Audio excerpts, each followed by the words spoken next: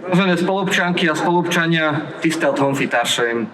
Dovolte, aby som povedal, že považujem za neuveriteľné, aby v roku 2026 platili na Slovensku pravidlá, podľa ktorých polícia musí riešiť niekoho kvôli obyčajnej reflexnej veste. To je podľa mňa absolútne neuveriteľné. Ja spomínam, že je taká kampaň tohto úradu vlády, rešpektujem iný názor, nech sa páči, rešpektujem iný názor v praxi. Nem csak politikusként állok itt ma, hanem állampolgárként is, akinek a családi történetét érintették a szlovákok és a magyarok közti igaztalanságok és feszültségek a 20. század mentén.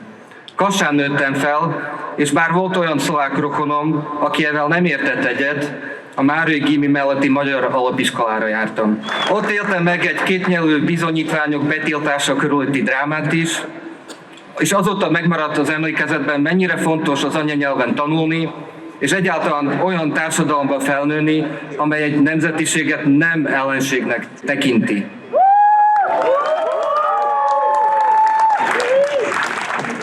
Na strednej škole na strednom Slovensku som mal spolužiakov, ktorí naozaj živého Maďara predtým nestretli.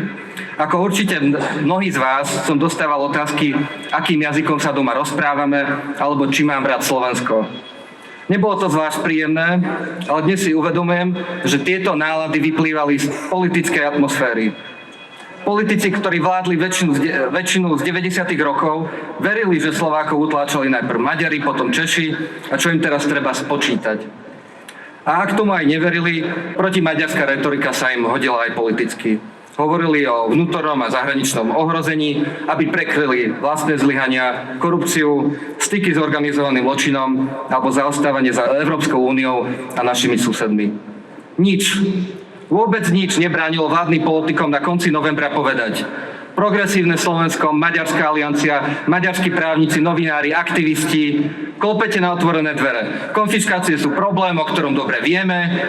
A tak, ako to pán prezident pred voľbami slúbil Maďarom, vyriešime ich a zastavíme. Slovom mohli reagovať pokojne, štátnicky, európsky. Ukázali by, že žijeme to najlepšie obdobie slovensko-maďarských vzťahov, o ktorom tak často hovoria, v ktorom je Maďarom dovolené pomenovať svoje problémy a požiadavky.